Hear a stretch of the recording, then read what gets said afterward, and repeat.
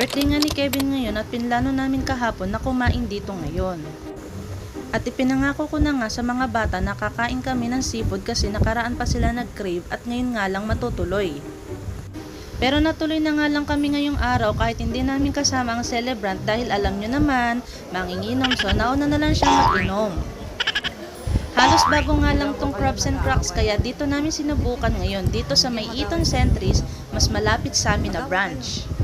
After ko nga maka-order, ibinigay nila agad ang iced tea at ang leche flan. Akala ko nga matatagalan yung order namin pero ito nga habang naghihintay kami, kinakain na nila yung leche flan. Wala pang 30 minutes, andito na agad ang server at hinahatid na ang mga order namin.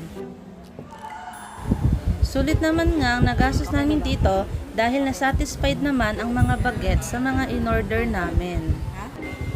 Ang in-order ko nga dito ay yung seafood platter, tapos merong scallops, may kasama ng 5 kanin yun at isang picture ng iced tea. Nag first bite na nga itong si Kuya Ace at kita nyo naman ang laki ng pagkakanganga niya.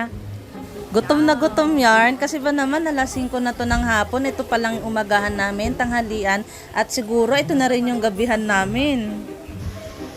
Sa sobrang gutom nga namin, kumain na nga kami nito ng sabay-sabay. Tapos ito makikita nyo tong crab ang laman niya no. Pero yun nga, sakto lang naman ang laki niya.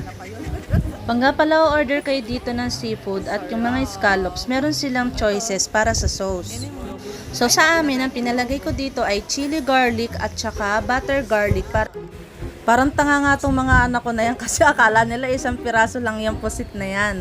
Kaya yan nga, nag-aagawan pa sila, hinahati pa nilang 3. Kaya sabi ko nga, ito meron pa, pusit yan kung anong pinagagawa nyo. Kasi nga naman, gutom na yung mga bata na yan. Ngayon pa lang kami kakain ng umagahan tanghalian. Kaya paano nga bago ako maubusan ng mga batang to, kakain na nga rin muna ako, no? At ito nga ang sakuna after namin kumain. So, diba, sobrang sulit ng mga kinain namin. Hindi nga namin naubos kaya pina-take out na lang din namin. Ang dami pa namin natirang kanin at saka yung mga seafood na ulam. So, after nga kumain, ito merong nagtitinga, merong isang nagkukulangot dyan. At ito nga isa, tumayo na nga lang. After nga namin kumain, ito at nag-book na nga rin ako ng Grab pabalik sa amin. Hindi pa nga sabay ang diretso namin dahil didiretso kami ngayon para magsimba. Dahil sakto na linggo ngayon, magsisimba kami upang magpasalamat, humingi ng tawad at proteksyon at higit sa lahat humingi pa ng blessings. Hindi ako magsasawa na humingi ng pagpapasalamat sa Diyos dahil